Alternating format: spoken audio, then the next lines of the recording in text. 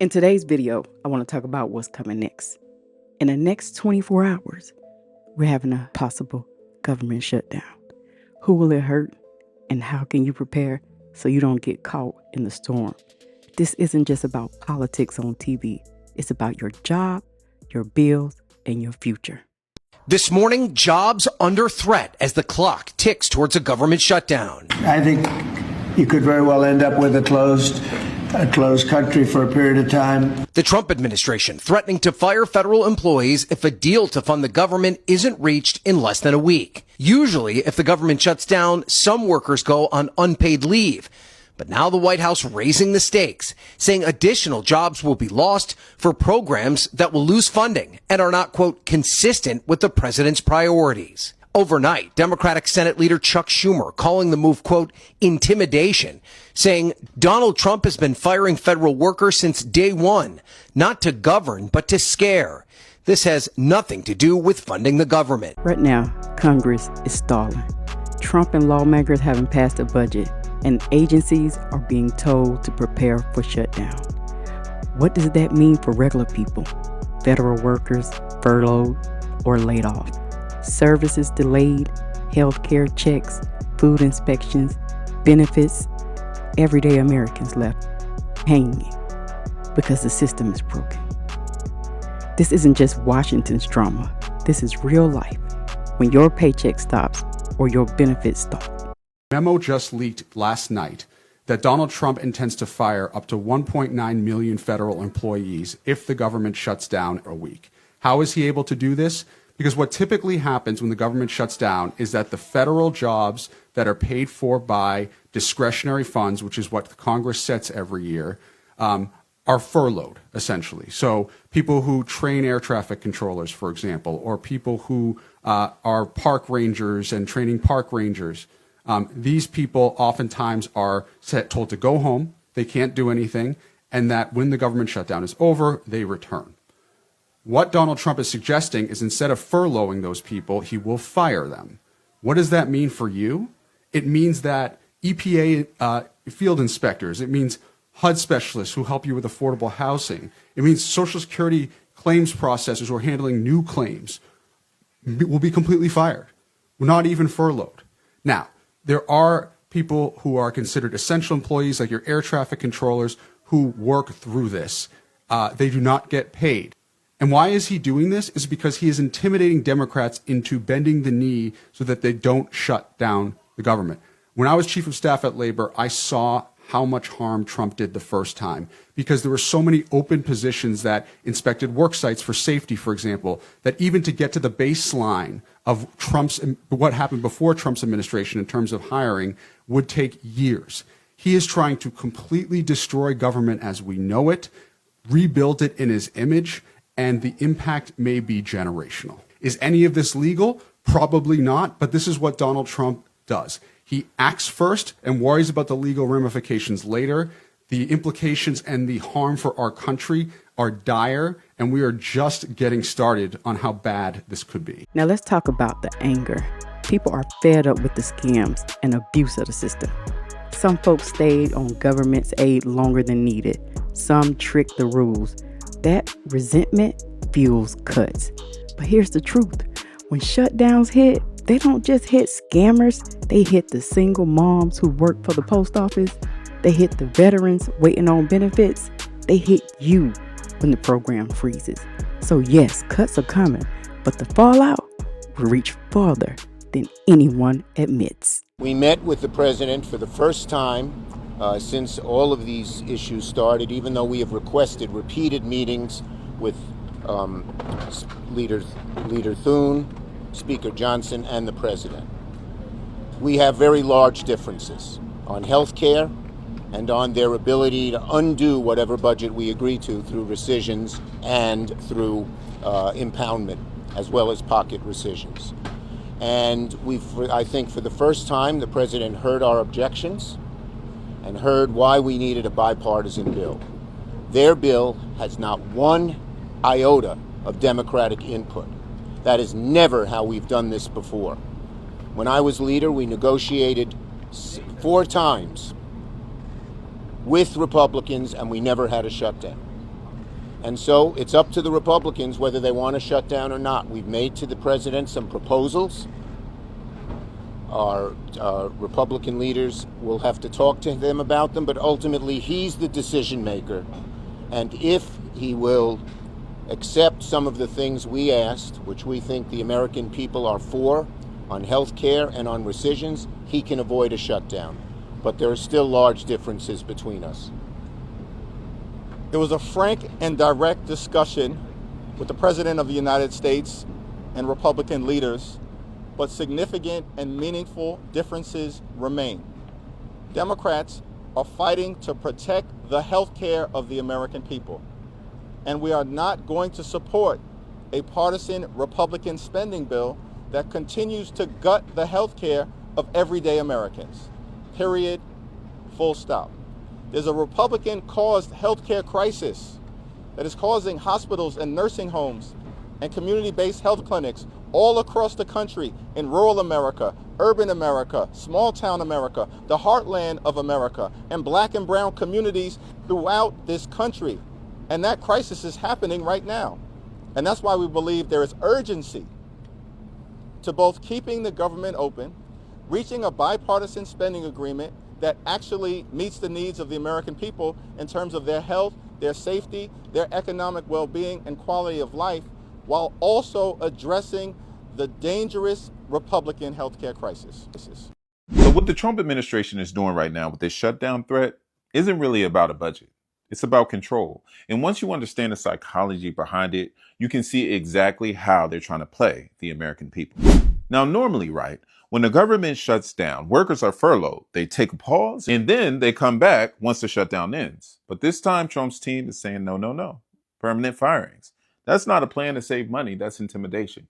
It's a fear tactic because when people are scared of losing their jobs, they're less likely to speak up. They're less likely to push back. They're less likely to resist. That's how you control the workforce without passing a single law. Now, pay attention to this part. The Office of Management and Budget told agencies to cut jobs that don't, quote, align with Trump's agenda. That has nothing to do with whether the jobs actually helps Americans. It's about whether it benefits him. That's authoritarian psychology 101. It's saying your survival depends on the loyalty to one man instead of service to the country. And here's the bigger game. By threatening whole programs like education and healthcare and housing, even scientific research, Trump positions himself as the one who decides if you get to eat, if you get to keep your healthcare, if your kids get an education. Psychologists call this learned helplessness. When people start to feel like they have no power to change things, they stop trying. They stop fighting back. And that's exactly what leaders like this want. At the same time, he's still shouting, America first. But think about it. If you're cutting education for kids, healthcare for families, housing support for struggling communities, that is not America's first. That is Trump first. That's gaslighting. That's saying one thing while doing the opposite and hoping you're too confused to call it out. And at the heart of all of this is a narcissist playbook. Create a crisis, break the system, scare the people, and claim you're the only one who can fix it. It's chaos by design. And the cost doesn't fall on him or his billionaire friends. It falls on you, your job, your family, and your future. So here's the real lesson. Don't just watch the politics, watch the psychology. Every move is designed to make you afraid, to make you dependent, and to make you quiet. But once you see the pattern, you can't unsee it. And once you see it, you can call it what it is. Because at the end of the day, folks, if the president is willing to sacrifice your paycheck, your health care, and your child's education just to protect his own power, we have to ask ourselves, how much longer are we going to sit quiet and let fear control us? By holding jobs and health care and housing programs hostage, Trump positions himself like the provider, like the father figure who decides if you eat, if you have health care, if you keep a roof over your head. All right, so listen, October 1st is right around the corner, and the U.S. government is on the edge of another shutdown. But this time, it's not the everybody gets furloughed, come back later type of deal. Nah, your boy DT is telling White House employees to start writing reduction in force plans. That's government talk for layoffs, like permanent job cuts. This ain't just about government workers missing a paycheck. It's about millions of black and brown families depending on government assistance. Housing, food benefits, healthcare. When the government shut down, our communities feel it and get hit the hardest. And now we got Democrats saying that they're not budging on helping with healthcare and reform programs. Republicans saying that it's about cutting spending. But if they don't agree by next Tuesday, then thousands of people can lose their job. For real, and not just for a couple weeks. Bottom line, this ain't a game. Watch where this goes. Because a government shutdown that leads to firing, that's new. And it's really going to hit home for a lot of us. Hey, federal employees, it's September 2nd, 2025. If Congress doesn't act, the lights will go off September 30th. And today, here's some of my best tips. Please share this resource with other feds, watch to the end to get it all, and double tap to support. I'm Sean, a federal employee attorney. I don't do scare tactics, I do step-by-step. Save this and share it with your team. Here's my best thoughts on shutdowns. First, find your status now. Are you exempt, accepted, or furloughed? Exempt usually means your funding isn't tied to annual appropriations. Accepted means you'll work without getting pay and get back pay. Furloughed means you're sent home and can't work. So read your agency's contingency plan and ask your supervisor for your designation in writing. If you need to keep the notice, you'll need it for creditors or unemployment. Second, know this, back pay for federal employees is guaranteed by law after the shutdown ends. That's baked into statute, budget for timing uncertainty, but don't panic about never getting paid back. Third, if you're furloughed, do not work. Don't answer emails. Don't just check in. Don't touch the government laptop. That's not me being dramatic. That's the Anti-Deficiency Act. If you're accepted, follow your agency's instructions and document your hours. Fourth, health insurance and health benefits. FEHB stays in force. Your premiums stack up and are taken from pay later. FEGLI continues for up to 12 months in non-pay status. Fed VIP continues and premiums are reconciled after the lapse. Don't try to cancel mid-shutdown. Fifth, FSA feds, healthcare FSA claims for services during non-pay won't reimburse until you're back in pay status.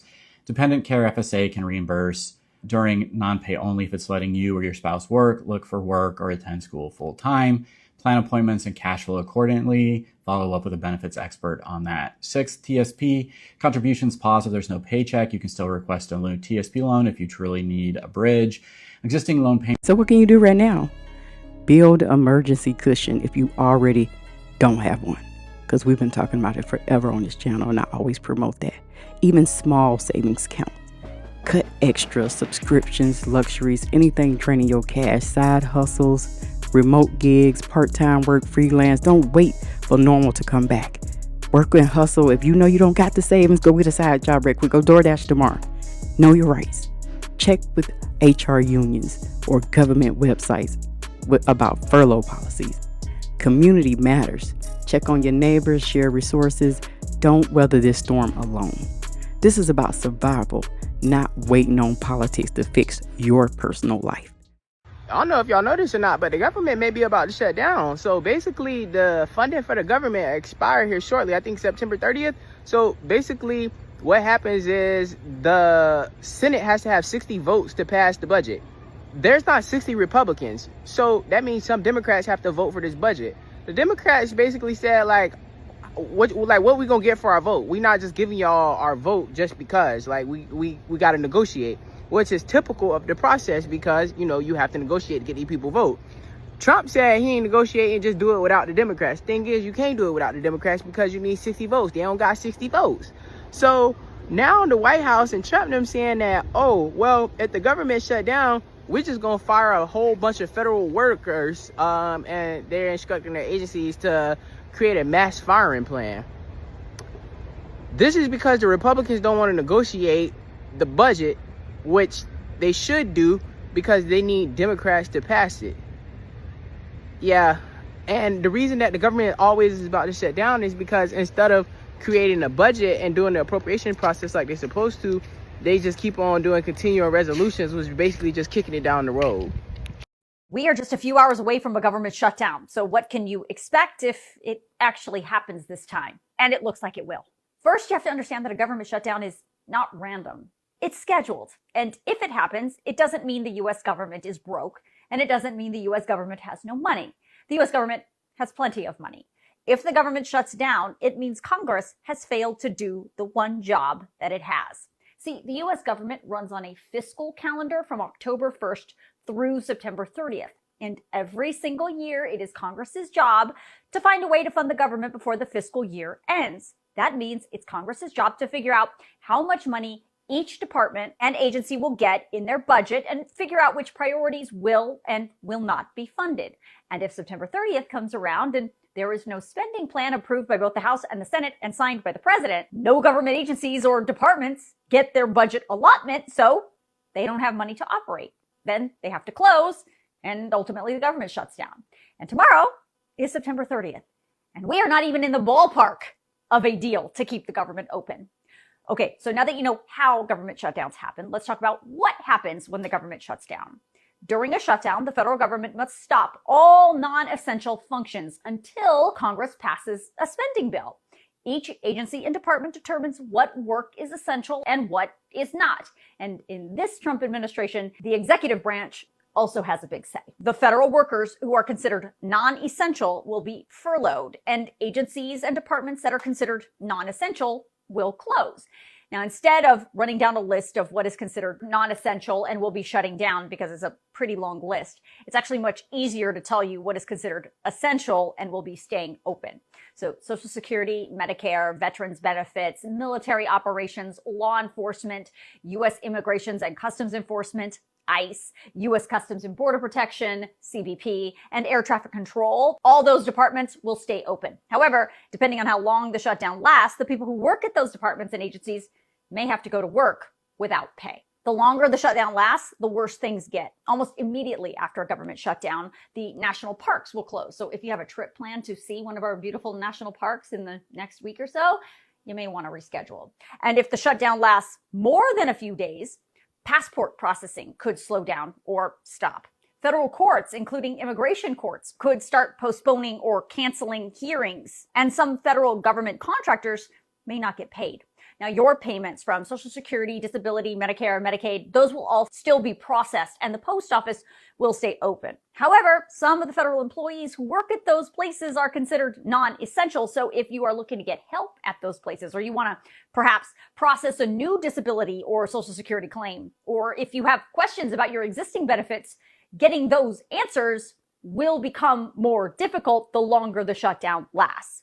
The White House used to keep a department-by-department list of shutdown plans, but now this Trump administration says each agency and department will post their own shutdown plans, which I will email as many of them to you as I can in tonight's Facts HQ email, so make sure you sign yourself up. The last time the U.S. government shut down was in 2018 and 2019 during the first Trump administration. Back then, the government shut down for 35 days. That was the longest shutdown in 40 years. The standoff in Congress back then was over Trump's demand for almost $6 billion to fund his border wall project. Lawmakers in the House and the Senate fought over that money for 35 days. But the shutdown actually cost the American economy billions of dollars. And after 5 weeks, then President Trump, during his first term, ultimately signed a spending plan that did not include the funding for his border wall. Now, these days, the issues between Democrats and Republicans are much different. But in the end, Republicans right now control the House, the Senate, and the White House. So it is on them to keep the government open. And because of the rules of the Senate, coming up with a funding plan must be negotiated with Democrats, because Republicans do not have the 60 votes necessary to pass the types of spending plans that President Trump wants on their own. Government shutdown happening tomorrow? Pay attention.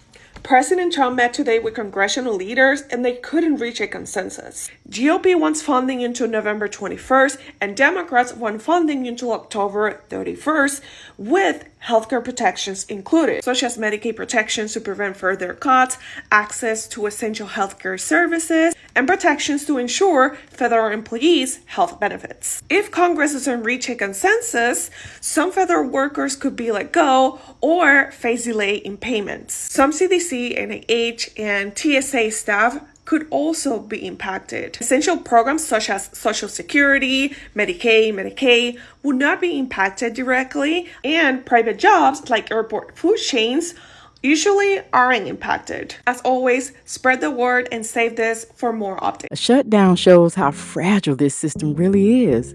And once again, regular people carry all the weight. While leaders argue up there, don't let this blindside you. Don't let it have you looking broke and unprepared. Take the steps now to protect your money, your family, and your sanity. Drop your thoughts in the comments. Are you worried about losing your job and benefits and your security? Let me know. And if you're new here, subscribe, because I'll keep breaking it down when they don't want you to see what's really going on. I'm Tiffany Rose. I'm out.